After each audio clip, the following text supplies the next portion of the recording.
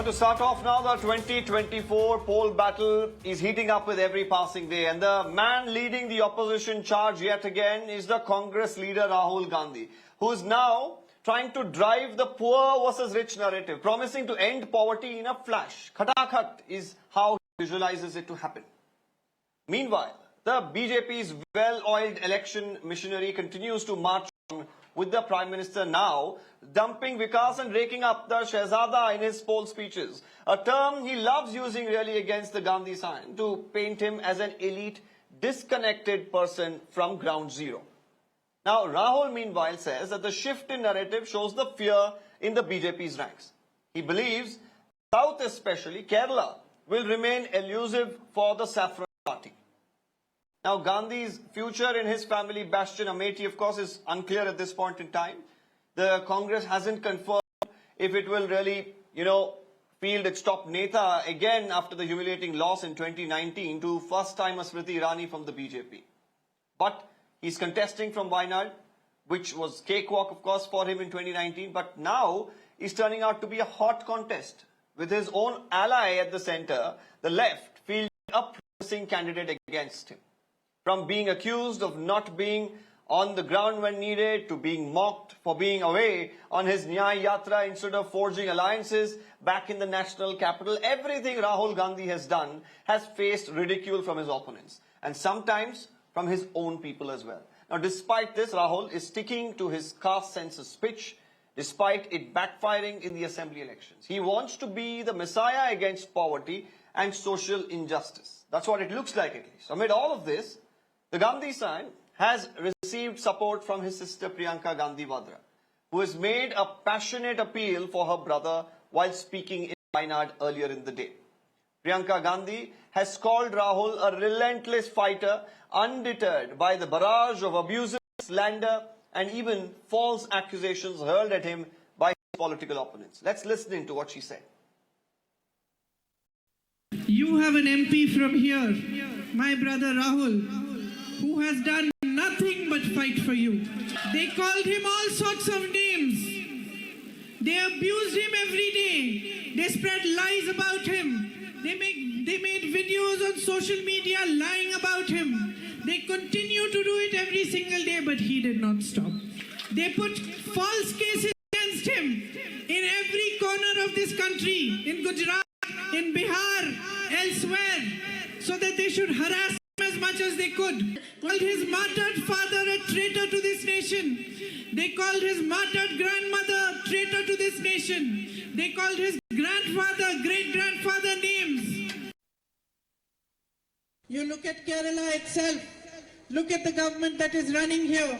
It is fully colluding with the BJP. The only person they attack is Rahul Gandhi. BJP politicians are caught with crores in their car. No action is taken against them. And please be very alert and notice this, that the Kerala Chief Minister's name has come up in many scams.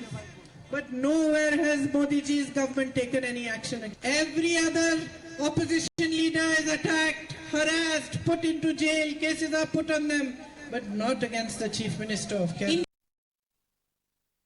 Now, meanwhile, in 2019, of course, Rahul Gandhi faced fire as the Congress VP there after a humiliating poll loss. It got even worse in 2019, and Rahul Gandhi had to step down as the Congress president, while in 2024 he holds no official Congress leadership post. There's a lot more, of course, at stake for Rahul Gandhi, and a lot depends on Kerala. It's very important. Last time, of course, the Congress party and its alliance nearly swept it, 19 out of 20. But this time, can they really replicate it? With the BJP saying, well, we are going to make a difference this time in Kerala. On the other, the left saying, well, we may be allies at the centre, but in the state, we are going to go up against the Congress party and give them a fight of a lifetime. Let me open this up to a panel of guests who are joining us today. We have Sreepadmanabhan from the Kerala BJP who's joining us today. Gautam Seth, Congress spokesperson, is also with us. K.A. Shaji, senior journalist from Kerala, all of them with us. Firstly, let me take this across to the Congress party. Mr. Seth, very interesting scenario. Not just Kerala, but the entire country, of course, is looking forward to what will happen in phase 2. But Kerala is a very important state. Wayanad, of course, where Rahul Gandhi contests. Caste issue has once again, caste census rather, has been raked up by Mr. Rahul Gandhi. How do you look at all the promises that have been made by the Congress reflect in the minds of the voters come 26th? You know, what I'm seeing on ground is totally opposite to what is being trying to projected in the minds of people today. What I'm seeing on ground is that the section of citizens who have risen up against the politics of diversion, who have risen up against the massive unemployment, the massive inflation, and they are seeing that the Prime Minister is speaking things to divert them from the issues that make a difference in their day-to-day life. So that way I am seeing that a section of awakened citizens is the one who is running the narrative, who is leading the narrative on ground. Unfortunately, I was myself in Kerala for the last 22 days. I came back just yesterday. And what I saw especially in Kerala is, without a doubt, entire Kerala, you ask anybody, the most famous, the most trusted, the most national leader seen in a way, someone who can lead, is Rahul Gandhi. And when you talk about contest getting interesting in Wayanad, I don't see it at all. I see this, it's a total one-sided victory. And not just in Wayanad, on all 20 seats, the UDF led by the Indian National Congress is sweeping Kerala. There is entirely no seat in Kerala where, any of our internal analysis said that, we are in a tough position to even win, forget about losing. So overall, I'm seeing that the waves has changed, and that reflects in the behavior of the Prime Minister these days. Okay, let me also bring in Mr. Sreepadmanabhan here. Well, as far as the BJP is, can they be really considered real players, or is it going to be, a two-way fight here really? See, Mr. Rahul Gandhi as an MP was a complete failure in Wayanad. He has done nothing to Wayanad. See, Mr. Rahul Gandhi has raised 8 times issues in Parliament, Lok Sabha. Only once he had spoken about Wayanad. He has no particular projects which he has implemented in Wayanad. See, there is a DISHA, that is the District Supervisory Committee for Development Works. It meets 4 times a year. And after these 5 years, it has met for 20 times, and Rahul Gandhi has attended only 4 meetings. And Wayanad being a tribal district, a backward district, the government of India declared it as an aspirational district. 115 districts of India were declared so. So Wayanad being an aspirational district, it is for the Lok Sabha member and the district magistrate to sit together and to chalk out the programs and projects for getting funds. Unfortunately, this gentleman doesn't come to Wayanad. So this meeting between the magistrate and the Lok Sabha does not take place, and many projects has not been implemented in Wayanad. Then he is supposed to attend the DISHA meetings of Malappuram district and Kozhikode district, because his Lok Sabha constituency, it extends to these 2 districts also, but he has never attended that meetings. So Rahul Gandhi is a person who has only visited 9 times, just 9 times, and the project implemented by him, taken interest by him, is 0. On the other hand, Mr. Narendra Modi ji, he had visited Varanasi 18 times and implemented projects worth 34,000 crores. See, Srimati Smriti Irani ji, when she was elected from Amethi, she purchased a piece of land in Amethi and constructed a house and became a resident of Amethi. This gentleman had come only 9 times as a tourist. He comes here, has tea from roadside hotel and goes. Nothing he has done. So this time, Rahul Gandhi is on a sticky wicket. He is fighting for every single vote. And I had been in Wayanad in all the 3 districts for the last so many days. And I know in every nook and corner, congressmen are finding it difficult to explain to the people regarding the continuous actions of their MP. They are not able to see their MP. They are not able to give memorandum to their MP. But Mr. Sreepadmanabhan, how do you think aspects like caste census that Rahul Gandhi keeps bringing up, how much of an impact will it make for the Congress party, especially in Kerala or even neighboring Karnataka? It is 0 influence in Wayanad, zero in Kerala. Because Kerala, nobody is concerned about caste. People are concerned about poverty, the educational facilities, the health facilities, the infrastructure development, and things like those. So nobody is interested in caste. So he is now the Okay, you say in even in Kerala North people are not India. interested about caste. I'll also bring in Mr. Shaji as well. Mr. Shaji, your take on the promises that have been made by the Congress, especially Mr. Rahul Gandhi, and how do you think the voting pattern will be this time around in Kerala? When I was traveling across Wayanad, I found there is one thing. Despite all the campaign by the left and also the BJP, there is no negativity prevailing among the people of Wayanad against Rahul. And he continues to enjoy the confidence of the people across the constituency, which is spread also in Kozhikode and Malappuram districts. And it is continued to be the solid bastion of the Congress as far as the ground reports are indicating. And also across Kerala, there is a strong anti-incumbency wave against central government and also against the state government. And that is why Pinarayi Vijayan and Narendra Modi are talking in almost similar lines targeting Rahul Gandhi.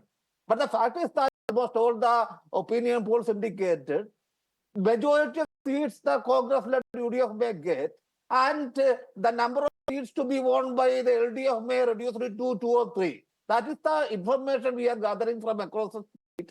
And it is a key test between the key major players, UDF and LDF. And despite all these projections by the BJP is hardly making any kind of impact even in the so-called Thrissur and Thiruvananthapuram. That is the final picture emerging while the campaigning ends in Kerala. And what's the talking point, according to you, Mr. Shaji, of this election in Kerala? What's the narrative and what's the talking point? Across Kerala, there is an organized campaign targeting Rahul Gandhi that involves both the left and the BJP. And they both are saying Rahul Gandhi occasionally visits Wayanad, Rahul Gandhi done nothing for Wayanad, and Congress MPs elected last time 5 years ago, they done nothing or they have not conducted the kind of developmental initiative they claimed to have. But the practical thing is that these 19 MPs, they sat on the opposition, they had limitations, they may have experienced even problems. Even in the case of Rahul Gandhi, he was suspended from the Lok Sabha for a long time. But despite all this, we know during the pandemic period, during the Kerala floods, he stood with the local community and he done his best. And we can see many things in Wayanad and other parts of Kerala because many things happen because of the intervention of Rahul Gandhi. So I think it would not be as projected by the opposition left in ruling left in Kerala and also the BJP. And there is a sizable kind of consolidation favoring UDF and Congress in Kerala. Okay, Mr. Seth, interesting, how some aspects have been picked up by the left and the BJP. One thing, of course, is your relationship with the IUML and how you want to take that really forward in the coming days, and electorally, of course, how much of an impact they had, and if they do, why is there a little bit of hide and seek when it comes to the IUML? I think it is a democratic front created under the banner of the Congress. It is being led by the Indian National Congress. We have various partners as a part of that front, and that is what the India Alliance at center or the UDF at the state level stands for. It is unity in diversity. It is for the secular fabric of this nation. But right now, what we see in Kerala some of those parties, you're not willing to allow them to even express their party flag at your rallies. Is that the diversity that you really want to express? I see the BJP spokesperson smiling a lot, but the sad reality for the Bharatiya Janata Party in Kerala remains that they should hardly be able to save their deposit on 1 or 2 seats. I think they are nowhere in the fray. All the road shows and all the big speeches given by the Prime Minister of India, I think the people of Kerala outrightly rejected, not even going to save deposits on the seats where Modi ji went. So what I am seeing in Kerala is that from Kerala, they will see a wave that's risen in the south that has outrightly rejected the politics of hate, the politics of diversion, the anti-developmental politics of Mr. Narendra Modi and the Bharatiya Janata Party. And it is the Indian National Congress, it is Mr. Rahul Gandhi, for whom Kerala is proud about. Kerala is proud that Narendra Modi has somebody in his front called Rahul Gandhi who fights tooth and nail against this draconian Prime Minister who is hell-bent on dividing and ruling, who is hell-bent on diversion from issues that matter to the people. And it is the Congress manifesto that is creating waves across the country, and an India alliance government led by the Indian National Congress is on its way to take charge from the fourth field. But Mr. Shaji was just pointing out one of the biggest talking points right now in the election is what is the contribution of the 19 Congress-led MPs towards the state in terms of development, bringing in funds or raising issues of Kerala. That seems to be the biggest talking point according to him. Is that something that has been addressed here? Because you're talking about the manifesto, you're talking about caste census. Many of them believe that these are issues that may not really resonate in a state like Kerala. No, I don't think so. I think if you look at our manifesto, it's not just about caste census. It's a manifesto which very strategically talks about dealing with the legendary issue, the biggest issue of the country called unemployment. It is a manifesto which talks about giving guarantee of financial upliftment to women so that they can start their livelihood, they can live a life of respect. It is a manifesto which talks about guarantees to the people of India in terms of fighting and taking a direct war with inflation and making sure that people are able to lead a affordable, healthy, sustainable lifestyle. It is a manifesto which is talking about inclusivity. Okay, I also want to add another aspect. Okay, another aspect that I want to add is while Mr. Shaji also said that BJP may not be able to make a very big impact, you are ruling out any impact whatsoever. I'll have the BJP, of course, respond to that. But before that, I want to ask you, when you look at, some of the churches going ahead and screening, the Kerala story, some aspects like that coming to the fore, do you feel a section of probably a chunk of voters who back the Congress now are tilting towards the BJP? Or even from the left to the BJP? I don't think so at all. I think this is a fictitious image being created by the Bharatiya Janata Party. There is nothing as such on ground. People want to talk about unemployment, inflation, economic development, health facilities, and education. People are least interested in the agenda that Mr. Modi throws on them, which makes nil difference in their day-to-day life. They want to know, what changes are you going to make to our day-to-day lives? How are you going to help us tackle the problems we face when we have to run a kitchen, send our children to school, manage our day-to-day life, the infrastructure we need in our city? How are you going to deal with that? Until unless the BJP does not come on this agenda, the people have decided to put them out of the political spectrum of the country. Okay, I'll have Mr. Sreepadmanabhan come in now. You can probably respond to what Mr. Shaji and Mr. Seth had to say. See, Wayanad is a Muslim League seat. It's not a Congress seat. 4 assembly constituencies are dominated by Muslim League. That is the only reason that why Mr. Rahul Gandhi selected Wayanad to contest. Last time, before the Lok Sabha election results were announced, we predicted that this gentleman is going to lose in a big way in Amethi. Nobody believed. This Congress people were saying, no, he will win by lakhs of votes. What happened? We lost by 50,000 votes. This time we are predicting that Rahul Gandhi is going to lose. Wayanad also. The reason why the Muslim League workers are not allowed to carry their flags. There is a ban on Muslim League flags. For that, the Congress are saying we are also not using our flags. Nobody is using their flags. Have you heard anywhere in India, political parties are not using their flags during election campaign? So this is a big situation wherein the Muslim League, the grassroots level workers of Muslim League are unhappy.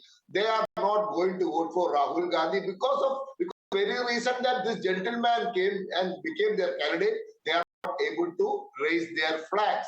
So there is discontent in Muslim League. They are not going to vote, and without Muslim League vote, Congress will never win Wayanad. So this time Rahul Gandhi will be defeated. As we predicted in 2019 about Amethi, we are predicting this gentleman will be defeated in Wayanad this time. So Rahul Gandhi as an MP, his contribution is, see, my friends here sitting, 2% who are supporting Congress, let them say one single project brought by Rahul Gandhi in Wayanad. Nothing, zero. So the very same situation of Okay, Mr. Amethi. Shaji. See, you know, Shaji, I nothing, believe as far as Wayanad politics, you of course have been monitoring that very closely. So what Mr. Sreepadmanabhan says here, do you really agree with that? Is it going to be difficult for Rahul Gandhi considering, the caste equations and every other aspect there, the issues, especially the man-animal conflict has been widely spoken of? I prefer to disagree with Mr. Sreepadmanabhan. The main thing is the Indian Union Muslim League case.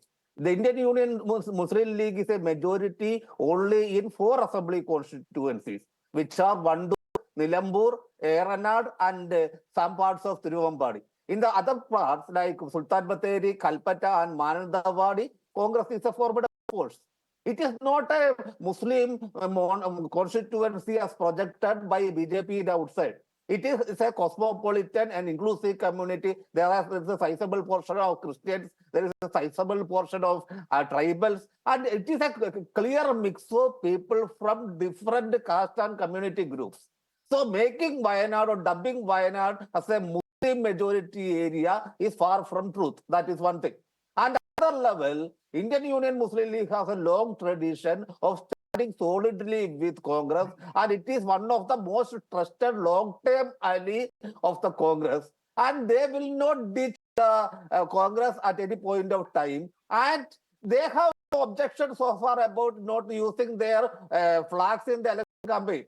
Because as you know, during the last election in 2019, when the Muslim League flags were waved during the campaign meetings of Rahul Gandhi, there was a widespread distorted kind of campaign across North India by BJP people saying that flag belongs to Pakistan and Pakistani people campaigned for Rahul Gandhi. To avoid such a confusion, to avoid such a kind of interpretation, they strategically, Muslim League and Congress together decided not to wave any flags, not even the Congress flag or the Kerala Congress Joseph Guru flag or the Muslim League flag. They are not discriminating particularly against the UML. It is just a strategy of an alliance. And the Muslim League so far not expressed any kind of displeasure or disagreement with that decision. How do you make of that? I want an honest opinion here, Mr. Shaji. What do you make of a strategy like that? To not use your own party flags during an election campaign?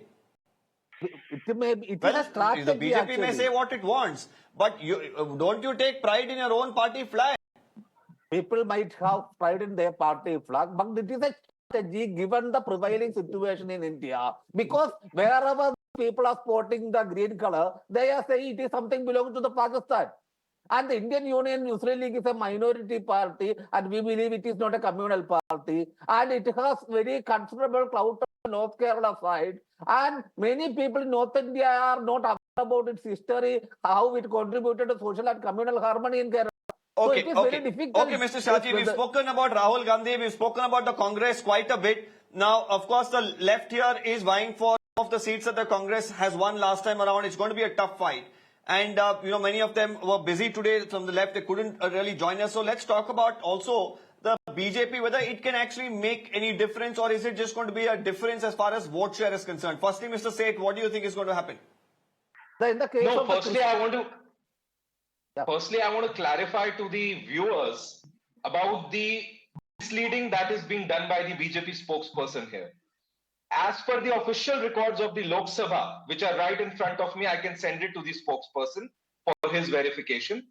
Rahul Gandhi's utilization of MP funds as per official records is 123.43% compared to 121.78% of Narendra Modi, 62.67% of Amit Shah, and 77.62% of Smriti Irani. In Wayanad parliamentary constituency, Rahul Gandhi till now has initiated developmental projects worth over rupees 700 crores, which includes the construction of roads under the Central Road and Infrastructure Fund, the development of NH 766, and the establishment of smart Angarwadis utilizing. Mr. Seth, I have very little time, so back to that question I asked you. Okay, point taken. They must stop this now. Okay, point taken. Quickly on the BJP question, please. Because I have very little time left. I've allowed you to reply. As Kerala it is concerned, I just wish that they save their deposit in at least 1 or 2 seats. They are as insignificant as we should not even be discussing them in this debate. Go and see on the ground. I think they would hardly have. Okay, In hundreds shouldn't there even are be voters taken with different seriously, constituencies. Sreepadmanabhan. That's the Congress's charge. They're saying you will be lucky if you really get back your deposits in a couple of seats. Your response?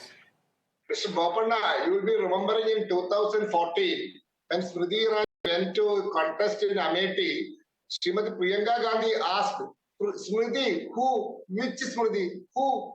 That is the arrogance of the Congress party. And 5 years after 2014, Rahul Gandhi was defeated lock, stock and barrel from Amethi by Smriti Irani. So they are arrogant. They think that it is our birthright to rule India. Now the only few places where they are winning is one is Kerala. And this time in Kerala, you wait till June 4. I'll be here, you will be here, everyone will be here. On June 4th afternoon, we will know how strong is BJP in South, in Tamil Nadu, in Karnataka, in Kerala, and in Andhra Pradesh and Telangana. You can see, we wait till June 4. I am not making big claims. We are with the people. The people know us, we know the people. Okay, Mr. Sreepadmanabhan, unfortunately I'm out of time. We get your point saying that you're going to make a big impact this time in Kerala. But let's of course see how the fight is going to pan out. For the Congress, of course, a lot at stake because this was a state that delivered them 19 seats. And they will hope that they can do one better this time. The left is hoping they can take back what they feel is rightfully theirs. But the Congress and the left are allies at the center. That means that whether the left gains or the Congress gains, at the end of the day, it's the INDA bloc that gains. But if the BJP penetrates into this, it is advantage the Saffron Party. So what will happen on the 26th? The people will, of course, decide. On the 4th of June, we will know the verdict. Thanking all our panelists for joining us.